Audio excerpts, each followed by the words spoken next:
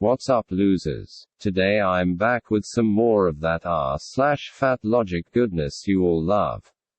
Reading a few posts that jumped out at me for whatever reason, and offering whatever commentary I can come up with on them. This is episode 69. Nice. In the fatlogic series. And I'm ready to have my eyes opened to the divine wisdom of fat acceptance. So without further ado, let's get into it. The key to overcoming your fears of fatness is understanding you've inherited these fears, and you've been lied to. These fears only exist because media, society, the health system, etc., tell you that thin equals superior, from a health perspective, more attractive, more worthy, etc., and that you can control your body shape and size. You can't. Your genetics will decide this. Would you diet if you lived on a desert island and saw no one? Hey TLC, I think I've just found your next reality show. My 600-pound island. You can send some morbidly obese person out to a desert island somewhere, with nobody to keep them company. Except the camera crew, of course. And see what happens. I think it could be a real hit. Just make sure to send me my check in the mail when that sheet pops off. Haha, but jokes aside, this post has the usual stuff about society brainwashing people into not wanting to be fat, and weight being determined by genetics rather than dietary choices.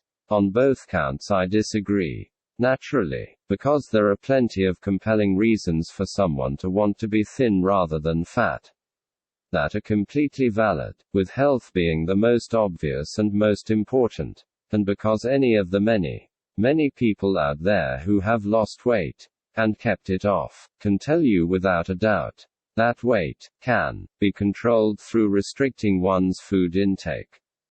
I don't want to belabor either of those points, though, because the real highlight for me in this post is the question about whether you would diet on a desert island. Which, I'm sorry, is just such a bizarre thought experiment to engage in, that I laughed out loud when I read it. Like, if you were on a desert island, I don't think you would have to worry about going on a diet. Desert islands don't have a McDonald's on every corner, or supermarket shelves stacked with every kind of junk food you can imagine all the way up to the ceiling. They've got like berries, and coconuts, and, I don't know, crabs, all of which you will have to go out and retrieve with your own 2 hands if you want to eat them.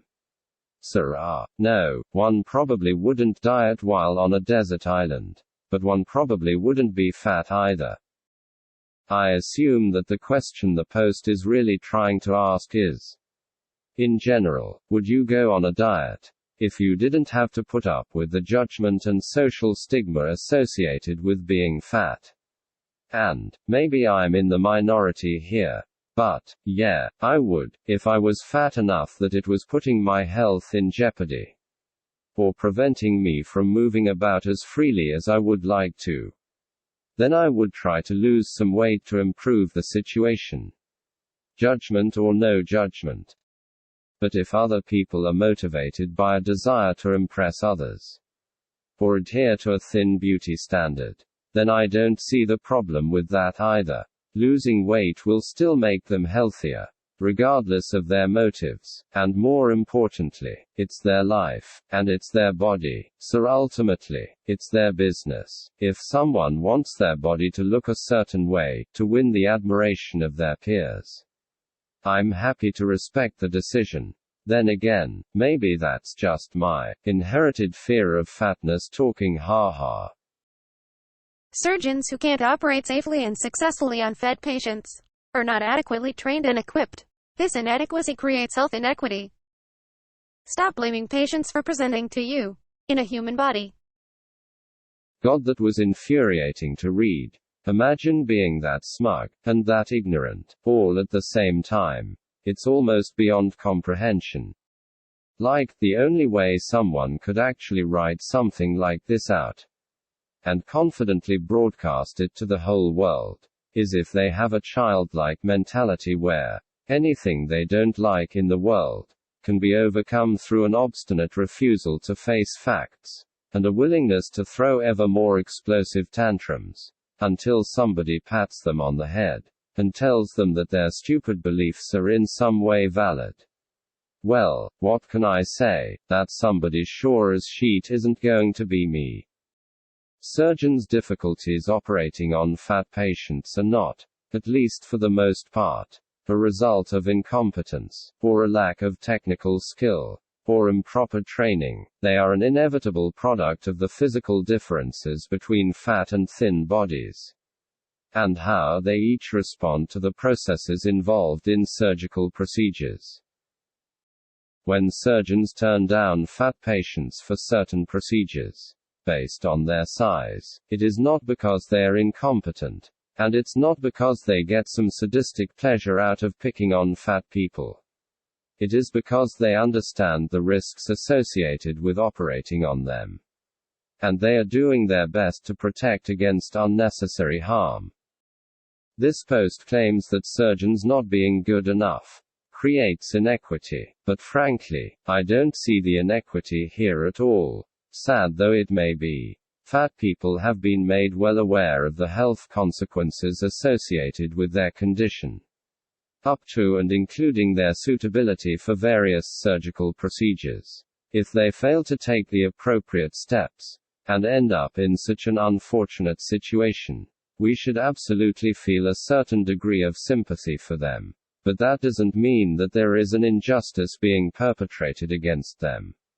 If you play with fire, you're going to get burned. That's just how the world works. Blaming the doctor for problems that you yourself have created might make you feel better about yourself, but it's not going to actually resolve anything. And it's also just a scummy move. So yeah, not cool, do better.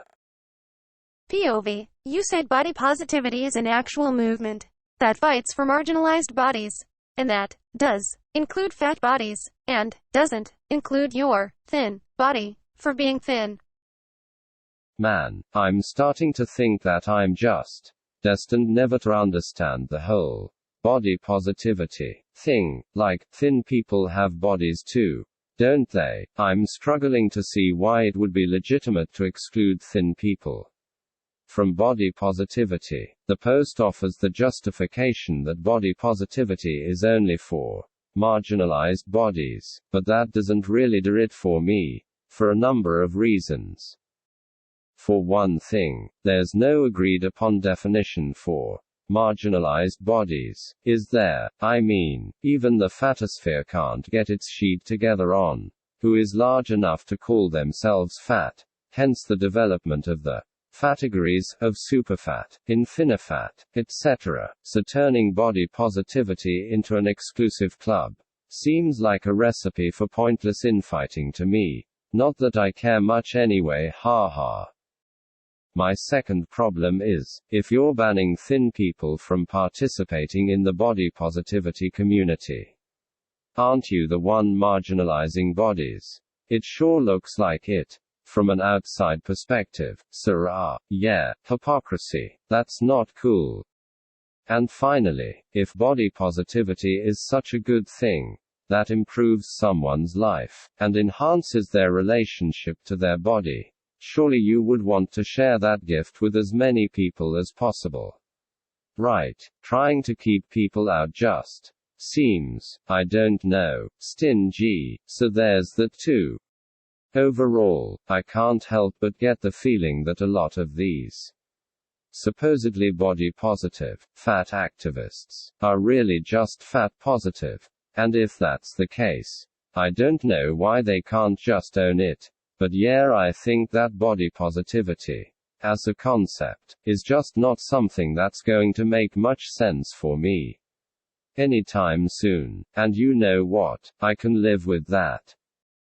Well, that's all I've got for you today. I hope you found the posts, or my responses, entertaining in some way. I think I got a few decent jokes in this time, if I do say so myself. But that's neither here nor there. What do you think? Would you go on a diet if you lived by yourself on a desert island?